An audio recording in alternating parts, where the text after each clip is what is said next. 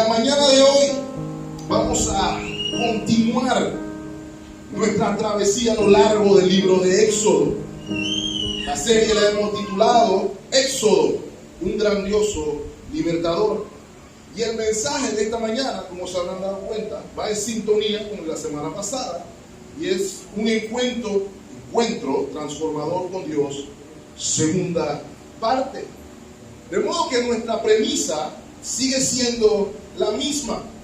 Es nuestra oración, es nuestra intención, es nuestro deseo que por la gracia de Dios podamos ver que al igual que la vida de Moisés, nuestras vidas son real y visiblemente transformadas tras un encuentro con Dios.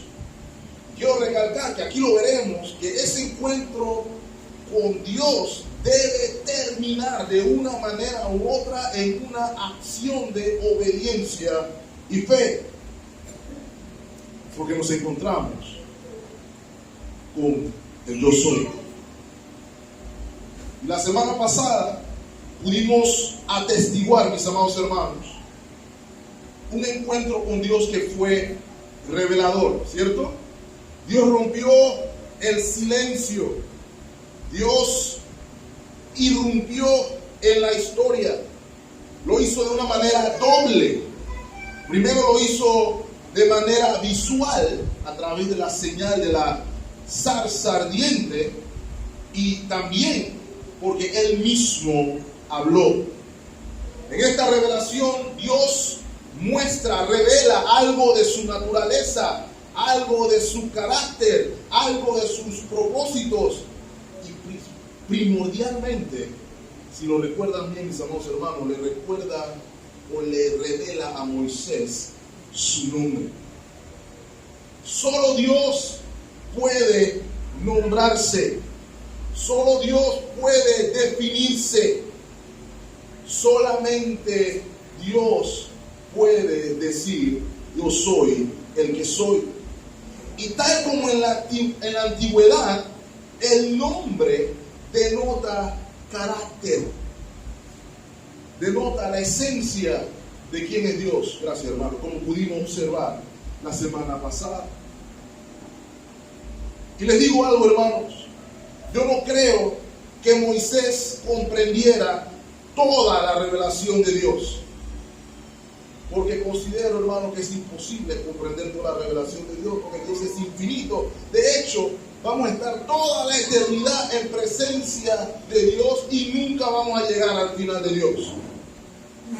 De modo que solamente podemos comprender lo que Él quiere que sepamos de Él, y solamente recibimos de Él lo suficiente para vivir como Él nos llamó a vivir. Moisés debía poder mencionar el nombre que es sobre todo nombre, el nombre que tiene el poder, la capacidad de libertar al cautivo, el nombre que es capaz de inspirar al oprimido, y debe ser igual para nosotros también, mis amados hermanos. Encontré en línea una ilustración muy interesante que utiliza el teólogo John Pulsford, que quisiera compartir con ustedes para ilustrar lo que acabo de decir. Dice John Pulsford que aun cuando el sol es el origen y fuente de luz, hay poco beneficio en mirar al sol, solamente quedar cegado. Nadie termina viendo mejor luego de mirar directamente al sol. Es un juego de niños. Los adultos saben mejor. Continúa diciendo el señor John: usamos la luz que da el sol para ver y escudriñar todas las cosas, excepto el sol. A Él no podemos sondearlo más allá de lo que revela de sí mismo en la luz y el calor que derrama sobre nosotros, y en los colores que refleja en la tierra. No podemos mirar el sol, nuestros ojos son demasiado débiles. cuánto menos podemos mirar al creador del sol, ante quien las miradas o miriadas de los soles no son más que otros tantos cuerpos de nubes. Su revelación de sí mismo en sus obras y en su palabra y en su Hijo y en nuestras almas es más que suficiente para nosotros. Las personas que se atreven a ir, como dicen, de manera más directa a Él, son como niños mirando al sol, que en vez de tener más luz y mejores ojos, tienen menos luz y un ojo obsesionado. Termina diciendo John Pulsford. Yo estoy de acuerdo con él, mis amados hermanos. Todo necesario para servir reposa en la palabra y esperanza que proviene en el nombre que es sobre todo nombre. Él se mostró santo, se mostró personal, se mostró autosuficiente, se mostró inmutable. Por ende sabemos lo suficiente de Él para fortalecer y llenar de esperanza nuestra vida cristiana. Es lo que usted conoce del Dios verdadero, lo que lo fortalece en su caminar. Quiero decirle algo, hermanos, el verdadero conocimiento de quién es Dios representa libertad para el oprimido. Y lo voy a repetir, hermano. El verdadero conocimiento de quién es el Dios verdadero. No estoy diciendo de que yo escuché de Él o que yo sé acerca de Él, sino que lo conozco de una manera real y consciente. Ese conocimiento representa libertad para el oprimido. En términos del pueblo de Israel, ellos debían entender que hay alguien más poderoso que Faraón, capaz de hacerlos libres, capaz de traer libertad de la presión. El conocimiento de Dios debe motivarnos, mis amados hermanos. No solamente a venir los domingos a la iglesia, sino que debe motivarnos a luchar contra nuestros vicios, luchar contra nuestros hábitos pecaminosos, luchar porque se haga su voluntad, porque conocemos el nombre que es sobre todo nombre. Acompáñenme a Juan 17:3, uno de los pasajes favoritos de su servidor.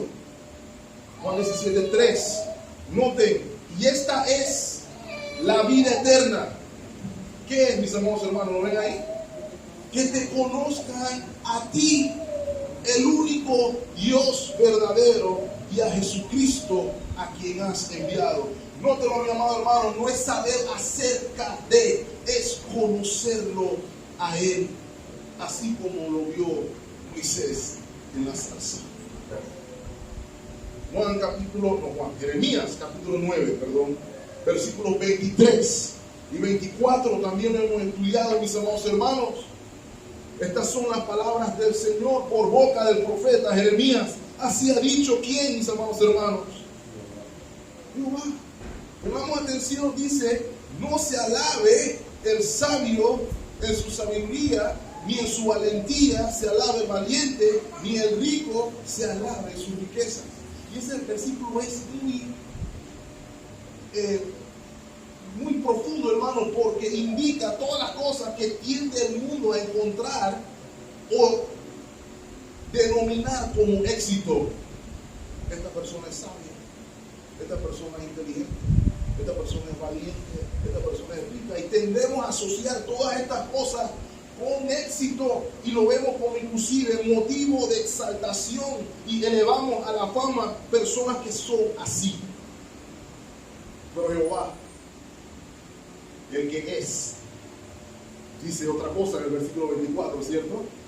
Si hay algo de qué alabarse, debería ser lo siguiente: en entenderme y conocerme, que yo soy Jehová, que hago misericordia, juicio y justicia en la tierra al que es el soberano, porque estas cosas quiero, dice Jehová del Señor.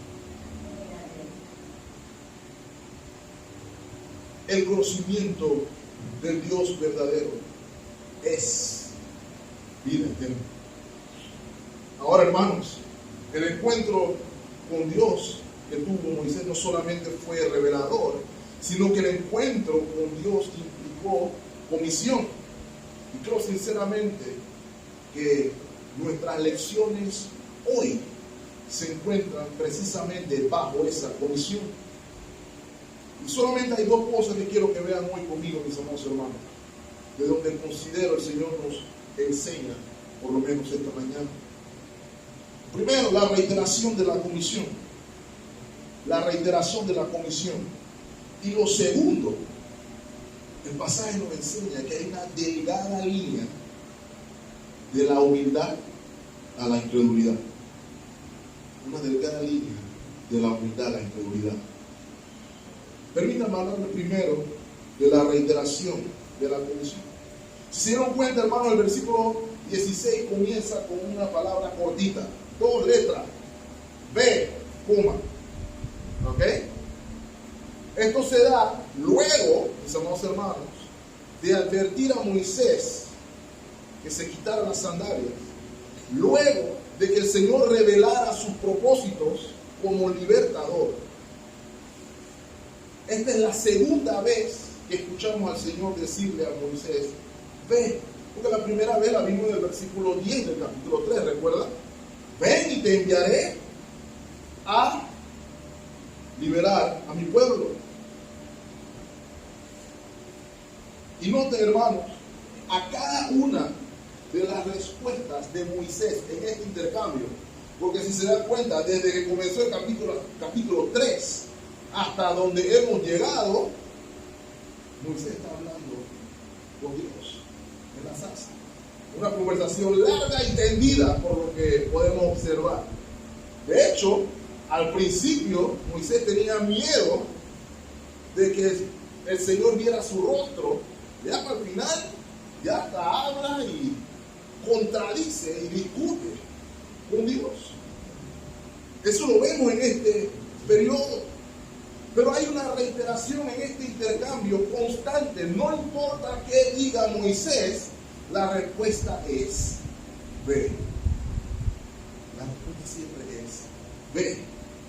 Y mis amados hermanos, esta reiteración es un recordatorio que el llamado revelador de Dios, que el llamado santificador de Dios, el llamado que nos separa de lo común a los propósitos sagrados, es un llamado con propósito, independientemente de quién sea usted. Al igual que Moisés, si Dios lo llamó, es para que usted vaya a hacer algo. Nunca lo dude. Y permítame comenzar, por ejemplo, lo podamos repetir de memoria, ¿qué es lo que dice Mateo 28, 19, 20? Por tanto, id y haced discípulos a todas las naciones, bautizándolos en el nombre del Padre, y del Hijo, y del Espíritu Santo, y enseñándoles que guarden todas las cosas que os he mandado. Y aquí yo estoy con vosotros todos los días hasta el fin del mundo. Amén. ¿Con quién es ese mensaje? Para los apóstoles nada más, para los pastores, o para todos los que son discípulos del Señor. De alguna manera u otra, todo creyente llamado por Dios está siendo comisionado a algo. Y Mateo 28 no es la única comisión. Hay otra comisión, dependiendo de cómo el Señor capacite a cada quien para la misión. Amén. La reiteración de la comisión, mis amados hermanos, en este caso en particular, incluye 2 mensajes específicos. Un mensaje para el pueblo hebreo y uno para el faraón. Y ambos son importantes para observar. Note conmigo el mensaje para el pueblo hebreo a partir del versículo, el resto del versículo 16 hasta la primera parte del versículo 18. Dice, ve y reúne a los ancianos de Israel y diles, Jehová, el Dios de vuestros padres, el Dios de Abraham, el Dios de Isaac y de Jacob, me apareció diciendo, en verdad os he visitado y he visto lo que se os hace en Egipto. Y he dicho, Yo os sacaré de la aflicción de Egipto a la tierra del cananeo, del eteo, del amorreo, del pereceo, del hebreo y del jebuseo, a una tierra que fluye leche y miel. Mi pregunta, hermano, ¿es una familia? Tiene que sonar de familiar. ¿Por qué le tiene que sonar familiar? Porque es lo mismo que el Señor le dice a Moisés cuando se encuentra con él en la zarza, la primera vez. ¿Ok? Él tiene que transmitir un mensaje y él no tiene la libertad ni de modificar ni de improvisar el mensaje. ¿Por qué? Porque es la palabra de Dios y un mensaje de Moisés. Moisés tiene que compartir lo que Dios le dijo que tiene que compartir sin añadir y sin quitar. ¿Ok? Eso es importante, hermanos. El mensaje era específico. Estaba dirigido a los ancianos de Israel y no se refería específicamente a los hermanos más mayores per se, pero más bien a quienes eran considerados como líderes espirituales dentro del pueblo de Dios. Personas que mantenían su fe, personas que estaban transmitiendo la enseñanza de generación en generación. Un ejemplo pudo haber sido el mismo padre de Moisés. ¿Okay? Personas que estaban viviendo conforme a la fe transmitida de Abraham, de Isaac, Jacob, etcétera, etcétera, etcétera. Pero noten, hermanos, que estas personas, líderes, serían apoyo no solamente en la misión en Egipto, sino en el momento en que la nación ya estuviera establecida. Recordándonos de nuevo la necesidad del apoyo entre los que son del cuerpo de Cristo, y si me apuran, lo beneficioso de la pluralidad de ancianos. No obstante, mis amados hermanos, Moisés tenía un mensaje específico que comunicar. Él tenía que decirles a los ancianos que él tuvo un encuentro con Dios. Lo ven ahí, dice, con Jehová, o el yo soy, el Dios que cumple sus promesas a los patriarcas. Y no solamente tenían que decir quién era, sino que decirle que él conocía y estaba interesado con su situación, con su aflicción. Y no solamente estaba interesado, sino que iba a hacer algo al respecto. ¿Saben por qué eso es importante, mis amados hermanos? De igual manera, como comisionados, como llamados por Dios, como aquellos que decimos haber conocido al Dios verdadero, tenemos una comisión de dar un mensaje que también es específico, un mensaje que también es inalterable, que tenemos que compartir. Y el mensaje es similar, que Dios nos conoce, que Dios es consciente de nuestra situación, que Dios es consciente de nuestro sufrimiento que viene a causa del pecado, que Él sabe que estamos muertos en nuestros delitos y pecados, y que no solamente lo conoce y está interesado, sino que no va a hacer, sino que ya hizo algo al respecto de Cristo Jesús. Dice Juan 3:16, cierto, de tal manera amó Dios al mundo, que ha dado a su Hijo unigénito, para que todo aquel que en Él cree no se pierda, mas tenga vida eterna. Ese es Dios obrando, porque conoce nuestra situación. Mis amados hermanos, el mensaje del Evangelio es el mensaje específico, sin adulterar, que debemos compartir. Ese es el único, lo voy a decir una vez, ese es el único mensaje que trae esperanza y que nos revela a Dios. No hay otro mensaje, mis amados hermanos. Hay una razón por la cual el apóstol Pablo nos dice en 1 Corintios capítulo 2, versículo 2. Pues me propuse no saber entre vosotros cosa alguna, sino que Jesucristo y a este crucificado. Ese es el Evangelio, hermanos. Ese es todo el conocimiento que nos compete predicar. Ese es el mensaje que produce el resultado que Dios desea. Vean más. importante que notar aquí, mis amados hermanos. A Dios le plació llamar a los pecadores por medio de la locura de la predicación. Para los sabios, locura, pero para los llamados, poder de Dios para salvación. Noten cómo comienza el versículo 18. Y deberíamos subrayar el versículo 18 todos. Pero miren cómo comienza, dice el versículo 18 del capítulo 3. Y oirán tu voz. ¿Lo habían escuchado cuando estaba en Egipto haciendo la lucha por su cuenta? No. Pero ahora el Señor le está diciendo, y oirán tu voz. Ese es el mensaje, mis amados hermanos.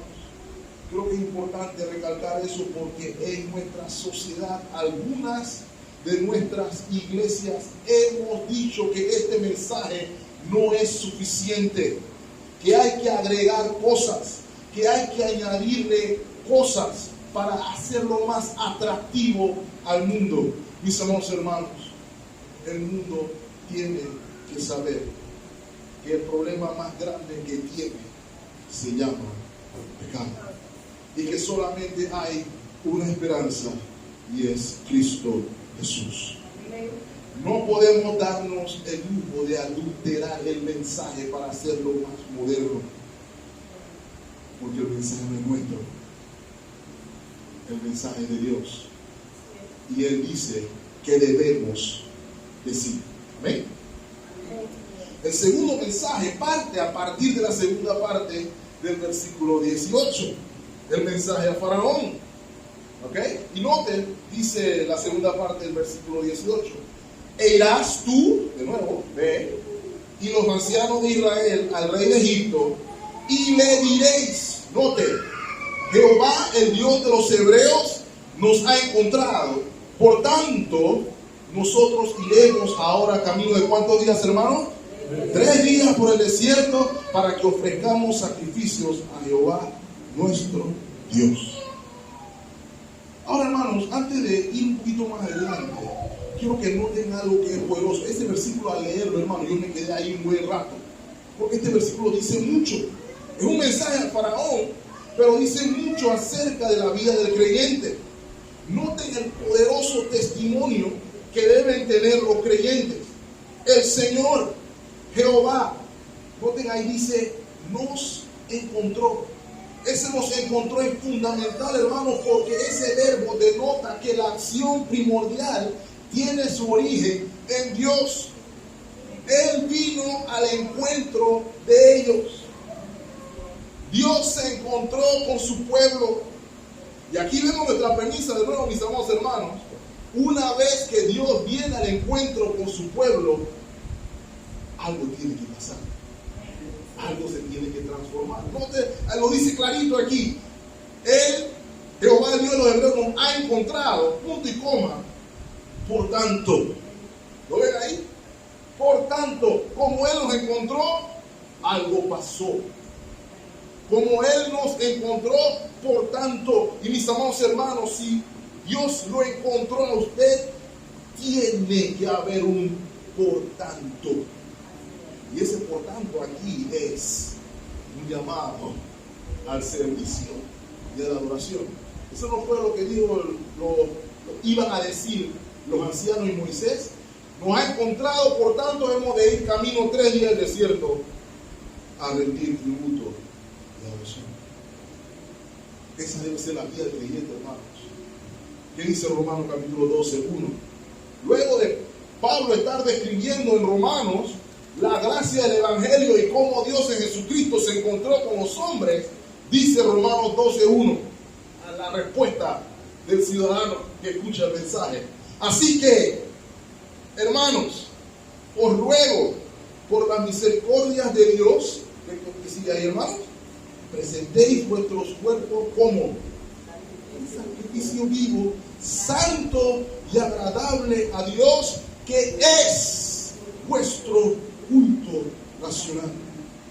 Es lo mismo que iban a hacer los israelitas, camino de 3 días al desierto. Ahora, hermanos, este mensaje para Faraón, para algunos, plantea interrogantes. Algunos dicen, no, Dios le mintió al Faraón porque él tenía claro que él no iba a quedarse nada más 3 días de viaje. Dios ahí está siendo mentiroso. Hermano, como la Biblia enseña, que Dios no es hombre para mentir. Es importante aclarar primero que Dios no está mintiendo allí. De hecho, si me preguntan a mí, aquí está haciendo lo más honesto que se puede hacer. Él solamente le dijo, vayan allá y díganle que su pueblo va a ir a adorar al Señor camino de 3 días de cielo. No le digo más nada que eso. ¿Eso era falso? No. Eso era la verdad. Para comenzar por allí, mis amados hermanos. También es importante recordar que Faraón no era tonto. Faraón ya sabía el lenguaje de la negociación diplomática. Faraón sabía lo que estaba pasando. ¿Okay? Él sabía que esto no era una lucha de haznos el favor, por favor, de darnos permiso para que vayamos a adorar al Señor y vamos a regresar. Él sabía bien a qué se dedicaba o a qué se debía este trabajo. ¿Okay? Lo tercero, mis amados hermanos, que es importante de notar aquí, que Dios también está mostrándonos de antemano cuál iba a ser la actitud de Faraón ante todo lo que el Señor iba a decir.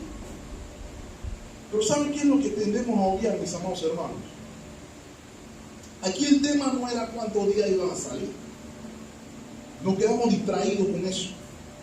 El asunto no era cuántos días iban a salir. El asunto aquí era cuál era el propósito de la salida. Cuál era la intención de la salida. ¿Qué representaba la salida? Y como dice el texto, el propósito era ofrecer sacrificios. Era adorar al Dios verdadero. Y la pregunta era si Faraón iba a permitirles a los israelitas glorificar a Dios. Mis amados hermanos, su hostilidad hacia Dios y hacia su gloria eran total y absolutamente evidentes. Y este mensaje a Faraón, mis amados hermanos, aplica a toda la humanidad. ¿Por qué, mis amados hermanos? Dice el Catecismo Bautista, ¿quién es el primero y el principal de los seres? ¿Quién es el primero y el más excelso de los seres que usa los catálogos? Y como mencioné la semana pasada, la respuesta es Dios. Se puede responder fácil, pero esa respuesta tiene diversas implicaciones. Porque si Dios es el primero y el principal de todos los seres, ¿viviremos entonces para la adoración y gloria de Dios o la nuestra? Note cuál fue la respuesta de Faraón y voy a darle permiso para que nos adelantemos un poquito. Éxodo 5, 1 y 2. Llega Moisés, llega Aarón, me imagino que algunos de los ancianos estaban por ahí también, y entraron a la presencia de Faraón y le dijeron, ¿ok? Específicamente la orden. Jehová, el Dios de Israel, dice, deja ir a mi pueblo a celebrarme fiesta en el desierto. ¿Ok? Claro como el agua. Pero noten, automáticamente, Faraón nos pregunta, ¿y cuántos días?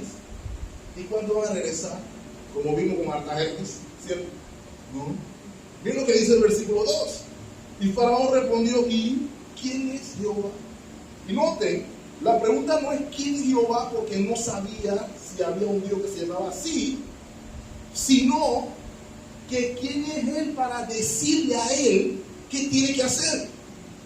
Noten, ¿quién es Jehová para que yo oiga su voz y deje ir a Israel? Y él dice, yo no conozco a ningún Jehová y tampoco voy a dejar ir a Israel. ¿Sabe por qué? Porque aquí yo soy el primero y el principal de los seres. Y ese es el problema de la humanidad.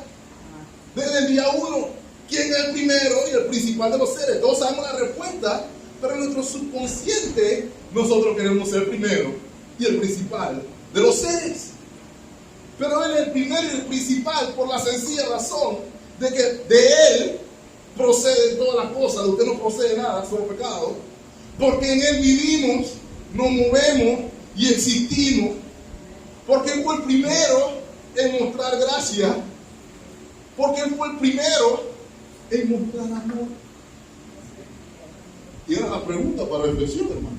¿Qué debemos hacer? Si eso es así, ¿no debería ser Él nuestro primer amor?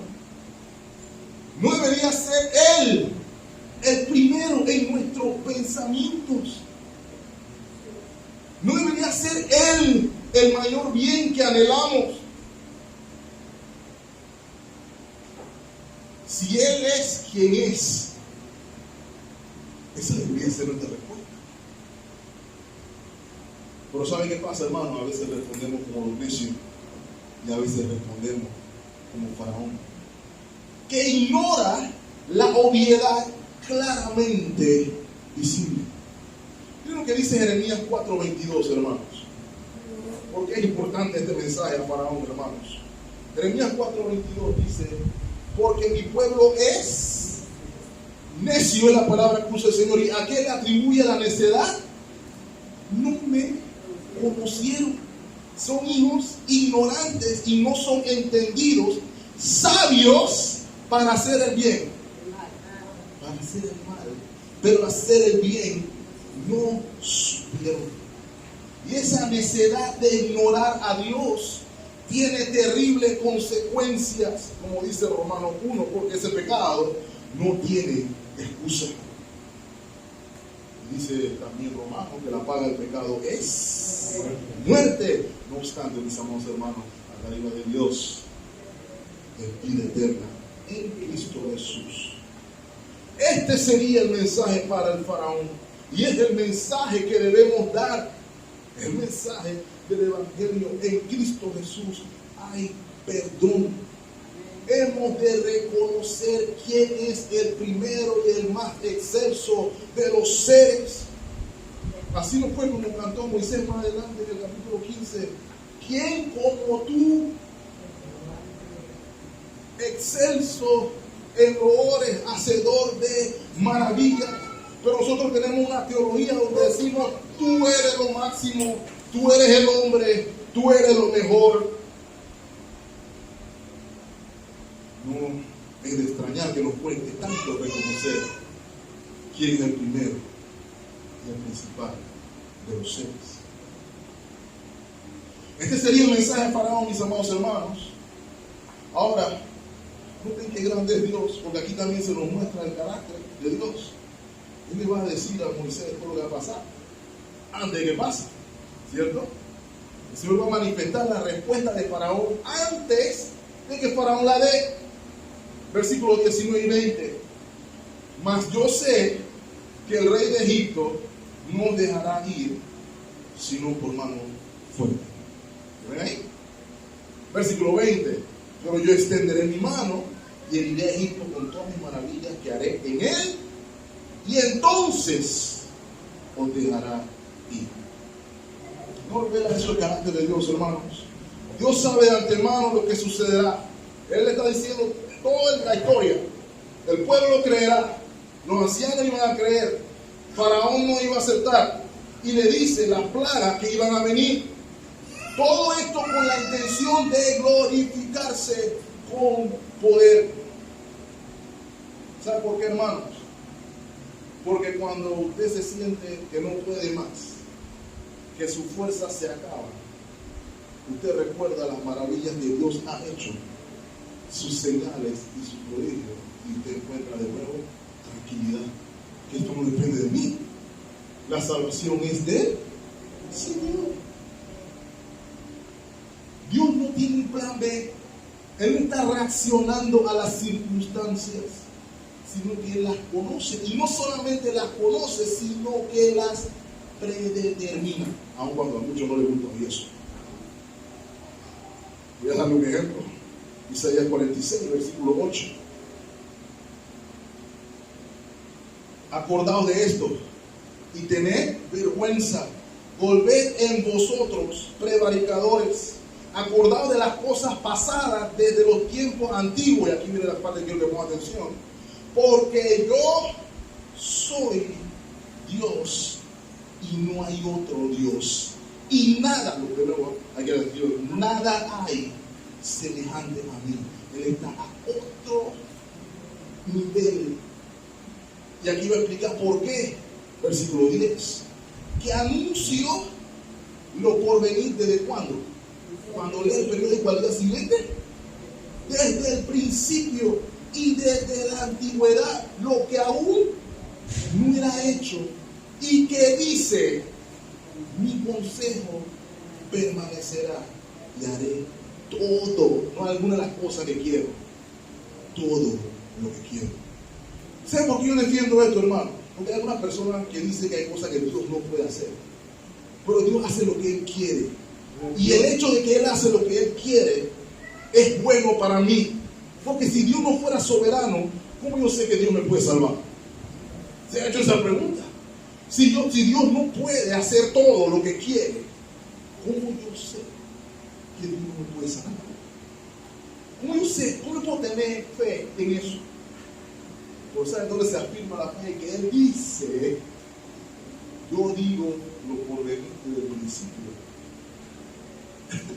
y desde la antigüedad lo que aún no ha pasado, y mi consejo permanecerá. Dios le dijo a Moisés: yo he dicho, voy a liberar al pueblo. No hay opción. O no debería haber opción, ¿cierto? Salmo 111, versículo 2. Grandes son las obras de Jehová, buscadas de todos los que las quieren. Gloria y hermosura es su obra, y su justicia permanece para siempre. Y tengo el versículo 4, porque esto nos da pie para lo que el Señor está anunciando aquí. Ha hecho memorables sus maravillas, clemente y misericordioso es Jehová. Hay un himno en inglés, no sé el nombre en español, pero el himno en inglés se llama Count Your Blessings. Cuentas tus bendiciones. Y la premisa del himno es sencilla. Cuenta cuando te sientas que estás deprimido, que estás triste, que no te falta algo. Cuenta todo lo que has recibido como bendición y date cuenta de todo lo que Dios ha hecho. Ese es el mensaje, mis amados hermanos. Y el Señor no termina ahí, porque sigue diciéndole más. Nada de esto Moisés se lo preguntó. Pero mire el versículo 21 y 22. Y yo daré a este pueblo gracia en los ojos de los egipcios, para que cuando salgáis no vayáis con las manos vacías, sino que pedirá cada mujer a su vecina y a su huéspeda alhajas de plata, alhajas de oro, vestidos, los cuales pondréis sobre los hijos de las hijas y despojaréis a él.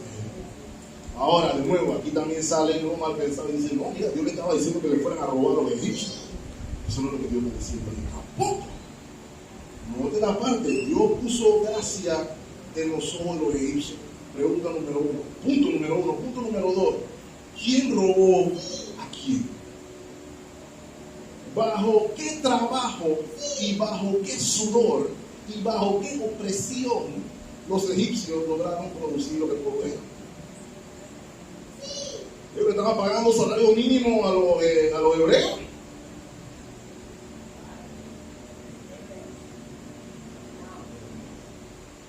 Pero Dios hizo provisión para su pueblo. Y un recordatorio, mis amados hermanos, que el que está en Dios, aún a sus enemigos, Dios lo pone en gracia. Eso solamente lo hace Él. Es la lección más importante aún, mis amados hermanos. Y por favor, una paz temporal. Porque de nuevo, ya les dije al inicio, que el Éxodo también habla de nuestro peregrinaje espiritual también. Y note, hermano, que usted y yo estábamos también esclavos del pecado, muertos en nuestros delitos y pecados, hasta que el Señor mandó a su libertador, que es Cristo Jesús, ¿Quién nos liberó? Y nosotros tampoco salimos de Egipto con las manos vacías, ¿cierto? Sino que cuando Cristo nos libertó, dio dones a su pueblo. Cuando Cristo nos libertó, nos hizo también herederos de la gloria con Él. ¿Eso no es lo que dice el texto? Cuando fue exaltado, dio a los hombres dones. De modo que usted sale de su esclavitud no con las manos vacías, sino con toda la superabundante riqueza que leímos en el libro de Efesios. Por eso algunos autores dicen que usted es rico en Cristo. Porque Él nos permitió que saliéramos con las manos vacías. Dos mensajes, dos importantes lecciones, mis amados hermanos. Y quisiera concluir con el último punto, hablando acerca de la delgada línea de la humildad e integridad. Creo que es una porción de la Escritura que nos permite entrar a ella con una actitud meditativa. ¿Okay? El Señor había hecho a Moisés partícipe del plan. Ahora le va a decir a partir de aquí cómo va a cumplir el plan, cómo se va a hacer.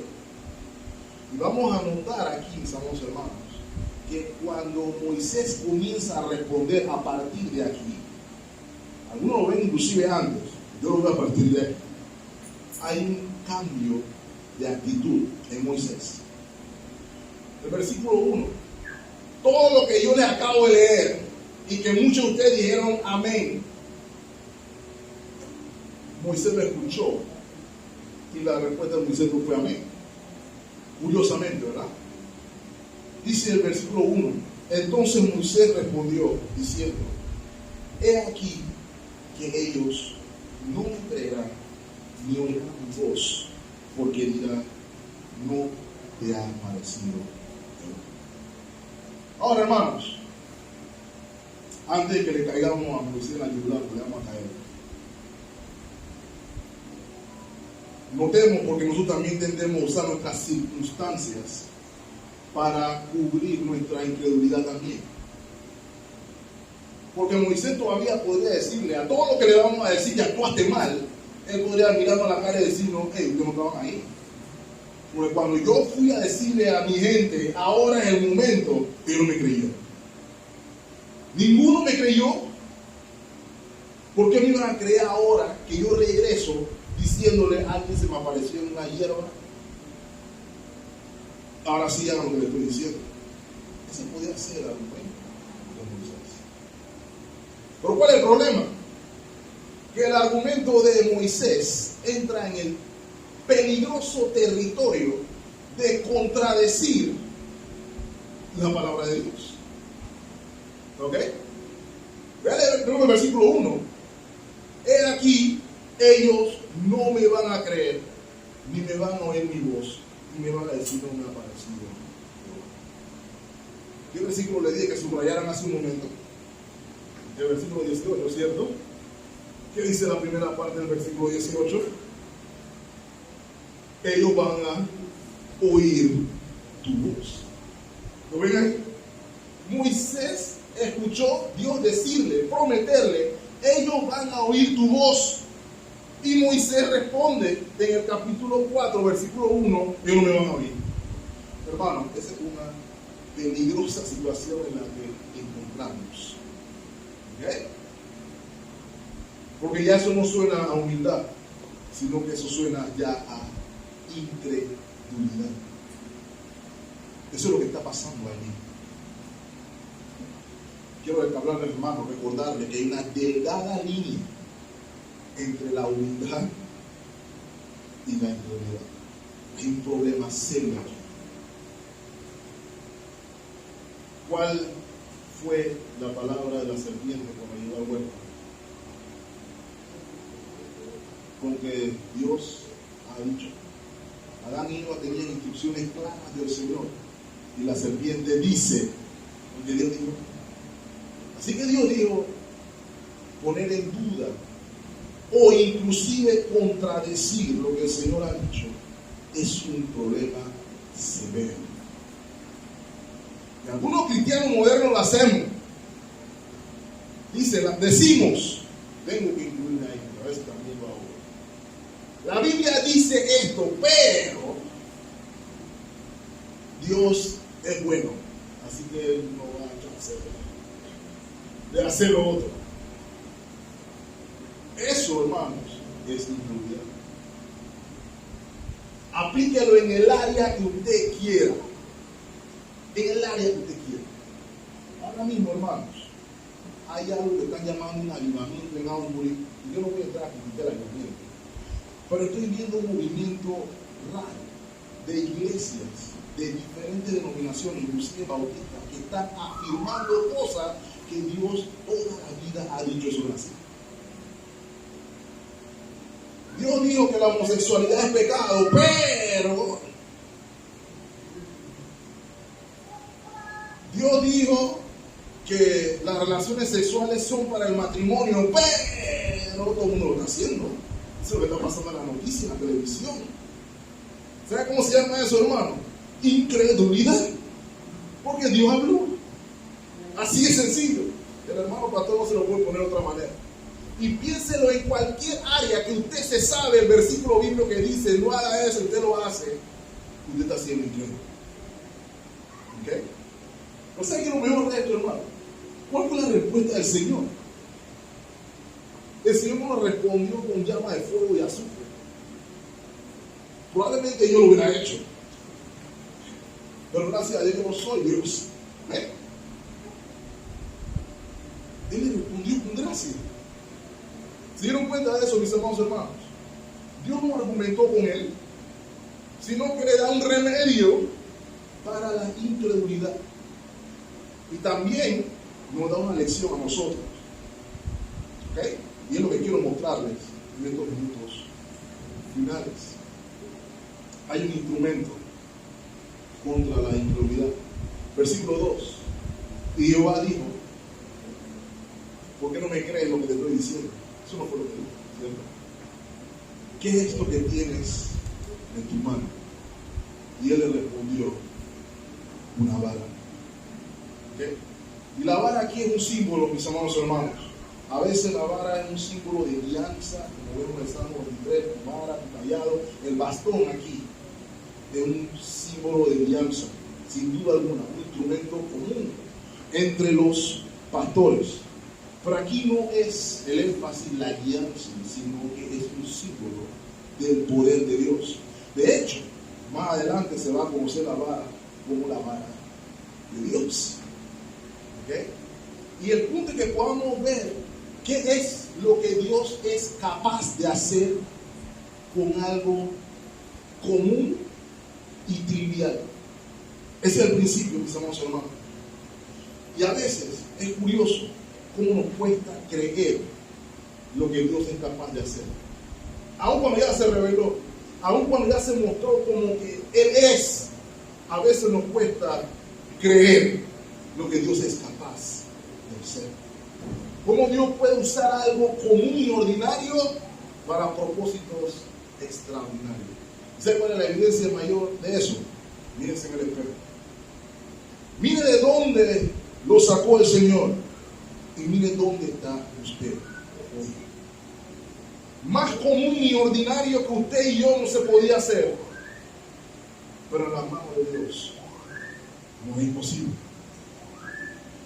Ahora, el propósito de las señales, mis amados hermanos, es doble: ratificar a quienes han sido comisionados por Dios para una misión.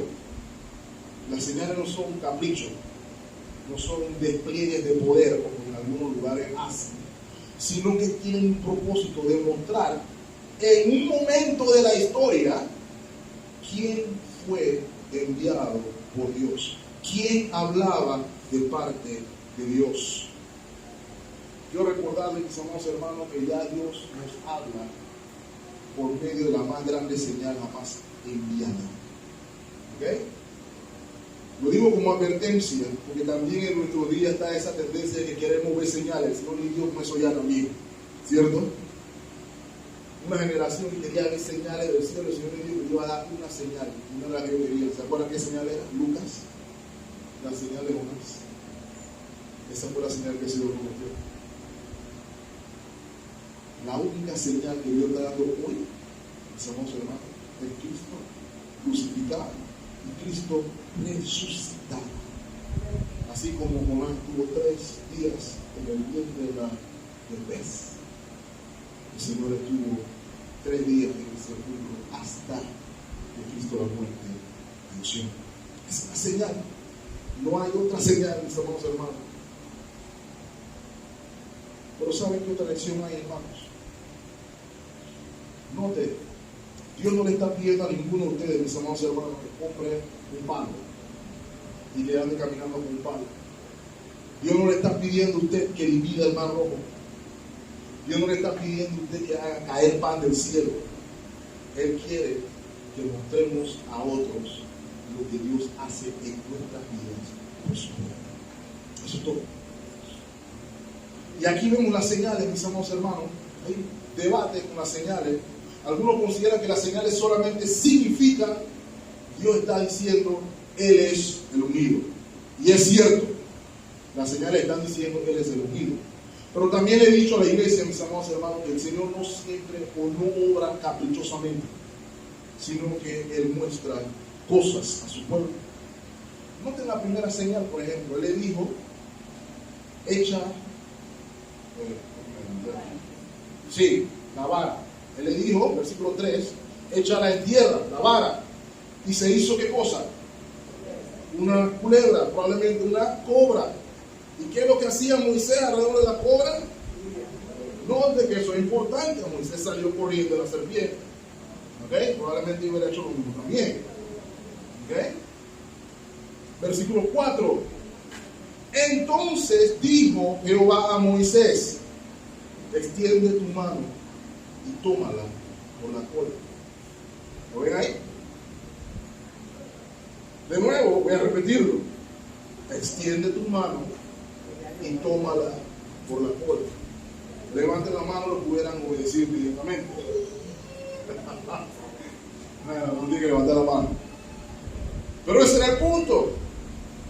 Moisés tenía que confiar y obedecer que el Señor le dijo, agárrala por la cola, no por la cabeza como la agarran los expertos, para que no, agárrala por la cola. De hecho, el texto del hebreo implica que Moisés probablemente estaba viendo cómo iba a agarrarlo. Dice el versículo 5, que la agarró y se volvió a convertir en vara en su mano. Y le dice el Señor, por esto creerán que se te ha aparecido Jehová, el Dios de tus padres, el Dios de Abraham, de Isaac y de Jacob. ¿Qué nos está diciendo la serpiente aquí, mis amados hermanos? Mientras me acerco al final. Recordarán, mis amados hermanos, que a veces se han visto las capuchas y las coronas de los faraones en Egipto. Hay una figura por aquí. Tiende a ser una cola. El cetro de los faraones era también una culebra. La cobra o la culebra era honrada como divinidad. Era símbolo de realeza, símbolo de poder, símbolo de soberanía, símbolo de temor, como el que tenía Moisés. Pero al Señor decirle que lo obedeciera, Moisés podía ver que Dios es soberano, inclusive contra aquello que más teme. El poder de Dios es superior a lo que usted más le teme. Piénselo por un momento, ¿qué es lo que usted más le teme? Dios es mayor que eso. También es un recordatorio que el enemigo de nuestras almas en el huerto era una serpiente, ¿cierto? Que finalmente es derrotada por Dios, Cristo Jesús, en la cruz del Calvario. Entonces, esto es premonición de lo que viene, mis amados hermanos. Ahora esto debería ser suficiente, ¿cierto? ¿No? Dios prosiguió con una segunda señal. Recuerden, hermano, el Señor no es caprichoso. Versículo 6. Le dijo además Jehová, mete ahora tu mano en tu seno. Y él metió la mano en su seno, y cuando la sacó, he aquí que su mano estaba leprosa como la nieve. Y dijo, vuelve a meter tu mano en tu seno. Y él volvió a meter su mano en su seno. Y al sacarla de nuevo del seno, he aquí que se había vuelto como la otra carne. Si aconteciere que no te creyeren ni obedecieren a la voz de la primera señal, creyeron a la voz de la postrera. De nuevo, muchos teólogos peleando con la lepra, que sí significa que el pueblo de Israel estaba en el seno de Abraham, y puede significar muchas cosas, pero mis amados hermanos, no olviden algo. La lepra era el cáncer de la época. La peor enfermedad que usted le podía tocar en esa época era la lepra. Es una enfermedad de la piel en ese mundo. No había cura para eso, y eso automáticamente representaba que usted iba a estar aislado del resto de la sociedad, apartado, execrado, alejado, apartado, usted ya no existía. ¿Okay? ¿Qué hace esto, hermanos? Primero, que nos recuerda dos cosas. El Señor utiliza la lepra varias veces como ejemplo de juicio, dado por Moisés. ¿Ok? Y el mismo Moisés orando para revertirlo. ¿Se acuerdan cuando Sara y Aarón estaban hablando de cosas interesantes de su hermano a su espalda? ¿Qué fue lo que el Señor le mandó? Lepra. Y tenían que estar fuera del campamento. Pero, ¿qué hizo Moisés? Moisés intercedió y fueron limpios. ¿Ok? Es una señal de juicio y es una señal de restauración también. Pero también nos habla del problema, que será como un ejemplo también, quiero que sepan, del problema de la miasma del pecado, de la cual solamente Dios nos puede liberar. Solamente Dios nos puede restaurar. Al leproso lo llamaban limpio después, ¿cierto? Y cuando estamos consumidos por la lepra del pecado, solamente el poder de Dios hace. El Nilo, una de las señales o una de las plagas, el Nilo también era señal de divinidad, mis amados hermanos. De divinidad. Representaba el poder de la tierra. Hasta eso estaba en manos de Dios. Todas estas cosas para decirle a Moisés y al pueblo, yo voy con ustedes. Así como Dios le dice a usted y a mí en su palabra, yo voy con ustedes. ¿Qué le toca al pueblo en respuesta? Responder en fe. Amén. Y con esto cierro, hermano, discúlpenme. Versículo 10. Entonces dijo Moisés a Jehová, ahora sí, Señor, voy para Egipto. Eso fue lo que dice ahí. Luego yo tengo otra versión. Encontramos otra excusa. ¡Ay, Adonai! Ahora yo no puedo hablar. Nunca he podido hablar. Yo era poderoso en palabra y obra, pero ahora no puedo hablar. Ahora tengo un problema de habla. Tienes aquí 1 hora y pico diciéndome que voy a hacer, pero yo no hablar, Señor. Ahora él no fue el único que dijo eso, sino algunos otros. Pero aún así el Señor le dice, ve, ¿cuál es la respuesta? ¿Quién fue el que te dio la boca? ¿Se puede contradecir ese argumento? No. Yo soy el que te está mandando, yo fui el que te hice, yo te creé. Eso no fue lo que dieron a Jeremías también cuando dijo que era muy joven. El Señor es el que comisiona. Y a veces, de nuevo, hermano, haciéndonos los humildes, lo que estamos diciendo es que somos incrédulos. ¿Ok? Versículo 12. El Señor le dice, ve. ¿Ok? Yo estaré con tu boca y te voy a decir lo que tienes que decir. ¿Qué más necesita? Versículo 13. Aquí en el versículo 13 se ve cuál era el problema de Moisés. Moisés no quería ir. Ese era el problema. Toda esta discusión era, no quiero ir. Si estuviéramos usando el término de Isaías, Moisés estaría diciendo aquí, heme aquí, envía a otro. Eso es lo que está diciendo el versículo 13. Envía, te ruego, por medio del que debes enviar. Y por eso entonces entendemos la respuesta del Señor en el versículo 14, ¿cierto? Porque de nuevo ya esto no es que estoy siendo humilde, estoy siendo incrédulo. No creo lo que Dios está diciendo. Y la incredulidad trae enojo al Señor. ¿Por qué? Porque la incredulidad termina en desobediencia. Moisés estaba dispuesto a desobedecer. Dios le dijo varias veces: ve. Manda otro. ¿Cuántas veces nos hemos encontrado en esta situación, mis hermanos? Cuando tenemos un claro mensaje del Señor diciendo: haz esto, y yo digo no. ¿Ok? Eso es lo que está sucediendo aquí. Pero aún así, mis amados hermanos, el Señor le responde con gracia y le dice: yo conozco a tu hermano. ¿Okay? Yo sé que él habla bien. Yo sé que él es bueno con la diplomacia. ¿Sabes que se nos está recordando aquí, mis amados hermanos? A veces lo malentendemos. Pensamos que lo que puede servir al Señor son los que hablan bien, los que cantan bien, los que leen bien, los que escriben bien, los que hacen todo bien, son los que pueden servir al Señor. El mensaje no es ese, es todo lo contrario. Que Dios puede usar a cualquiera. Al que habla bien y al que no sabe hablar. Y el mayor ejemplo es el de los discípulos. Recuerden, Pedro, el hombre que venía del gueto, pescador del gueto, más mal hablado no podía ser, que algunas personas que lo vieron después: ese que está ahí.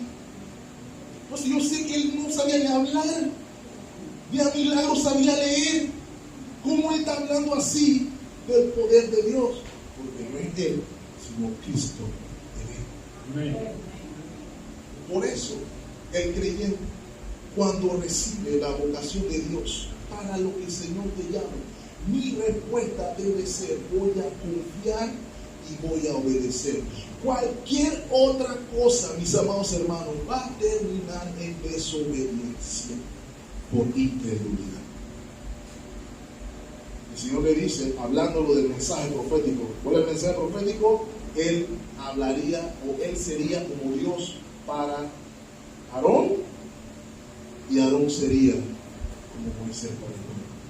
Pero nota, el Señor dice: yo voy a estar con tu boca y la de él. Moisés de todas maneras tenía que hablar, porque la obra es del Señor, y el que dice quién es, mis amados hermanos, Jesús. Sea nuestra realidad, mis amados hermanos, que no nos encontremos actuando en incredulidad y que no crucemos esa línea de, por temor, no responder a la vocación de Dios. ¿Qué van a decir de mí? ¿Qué pensarán de mí? Si ya salgo del servicio secreto y ahora me van a ver en la iglesia predicando en la calle. Eso era fulano. Eso era el que estaba en onda. Que podamos decir al Señor: heme aquí. 1, 2, que no sea nuestra queja: yo no puedo hacer nada. El Señor nos está diciendo: ¿qué tienes en la mano? Con lo que tiene en la mano podemos trabajar. Esa siempre ha sido la lección. 5 panes, 2 peces en la mano del Señor alcanzan para más de 5,000 personas que tienen en la mano. Solamente nos toca responder al Señor en nuestra continuidad. Eso es todo. Y tendremos el éxito, porque Moisés va a tener el éxito. Amén. El mensaje es: ¿crees al Señor? ¿Confías en Él? ¿Su palabra es verdad para ti? ¿O nos encontramos contradicción con la palabra del Señor? Que podamos, Señor, en nuestra oración, encontrarnos siempre diciendo sí y amén a la palabra del Señor. Señor le bendiga ricamente en esta cosa.